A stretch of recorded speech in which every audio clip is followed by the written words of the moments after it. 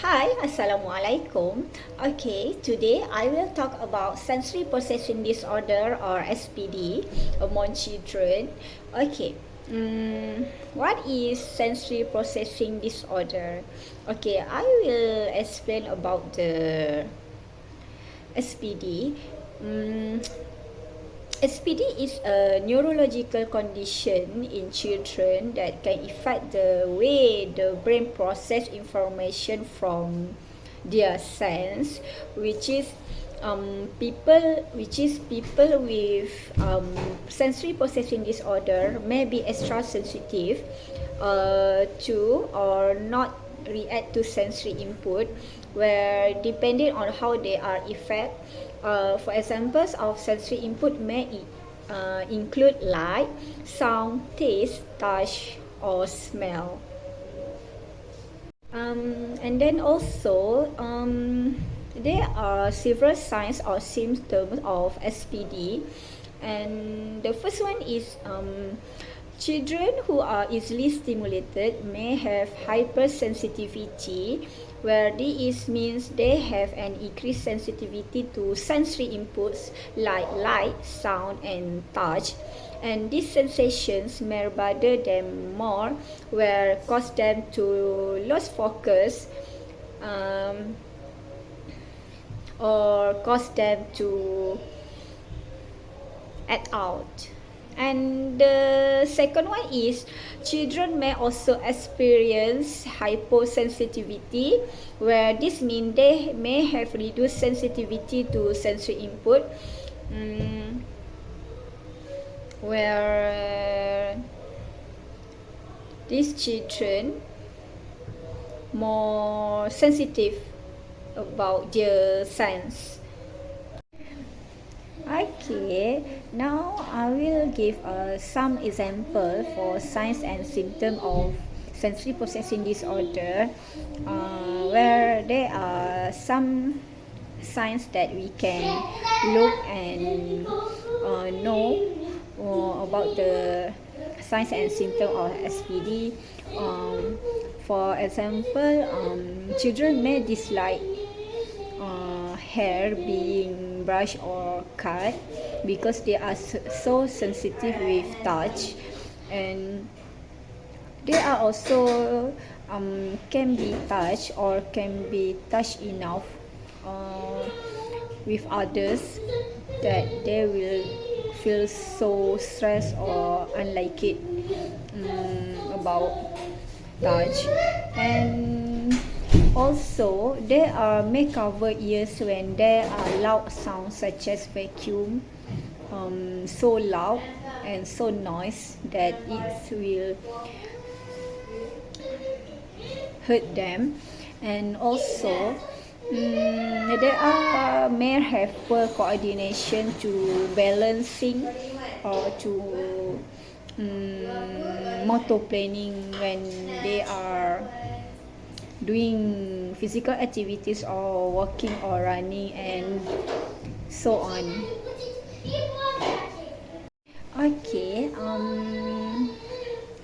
actually there are three types of sensory processing disorder, where is the first one is sensory modulation disorder, and the second one is sensory discrimination disorder, and the third one is sensory based motor disorder. And in these three types, actually they are have several points and several issue about that. Sensory modulation disorder actually involves sensory over hypersensitivity and sensory under hypersensitivity, and also sensory craving.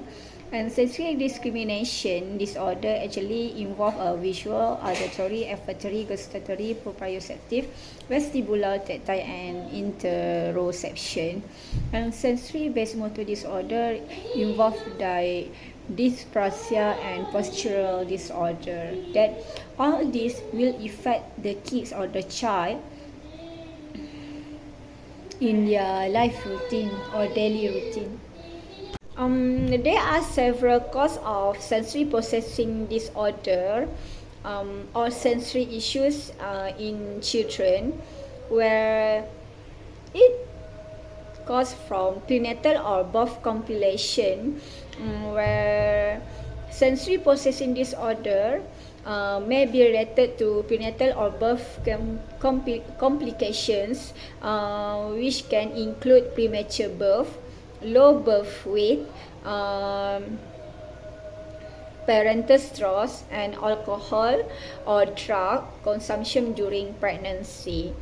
And it's also it's caused by overexposure to certain chemicals and lack of sensory stimulation,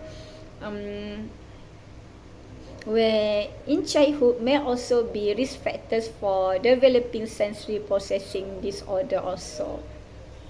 Okay, now I think many parents will thinking about their kids when to bring or when to see a doctor.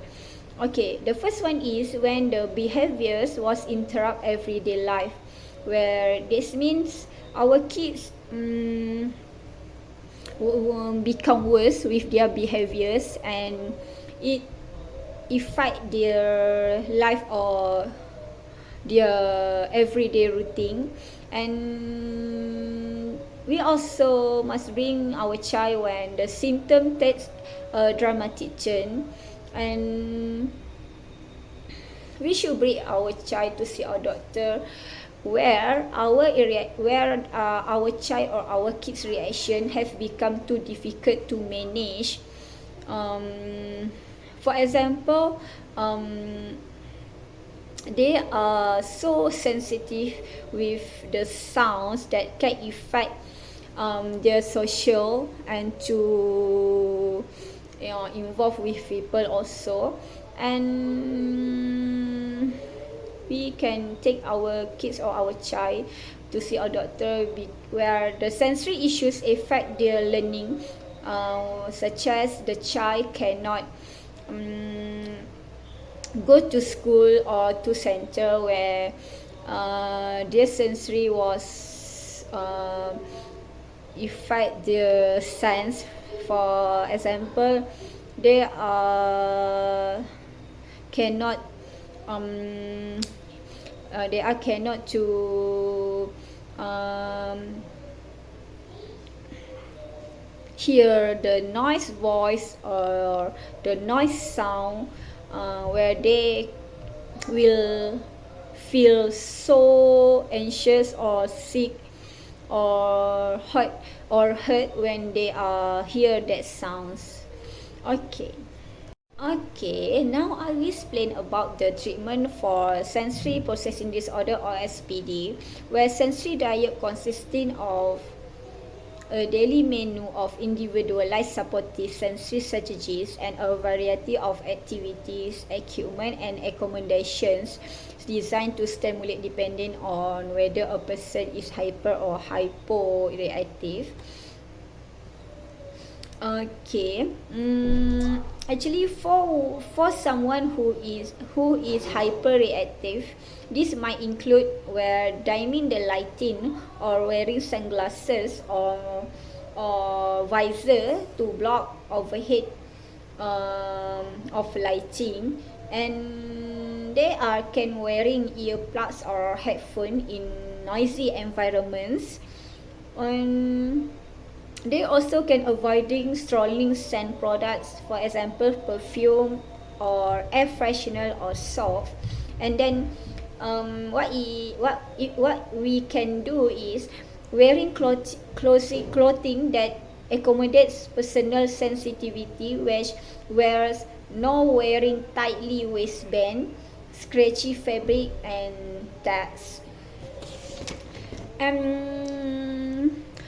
Where brushing a technique in which a soft bristle brush is used on the skin to help someone to tolerate for touch in their skin. And now for people who are underreactive or sensation seeking can benefit from sensory stimulating toys where safe where safe and fidget items, and then opportunities for rocking, swinging and other sensory for stimulating activities. And what we can do also is texture foods, cold and hot beverage for them to tolerate for that sensations, and furniture arrangement that reduce of bumping into sharp or hand surface also.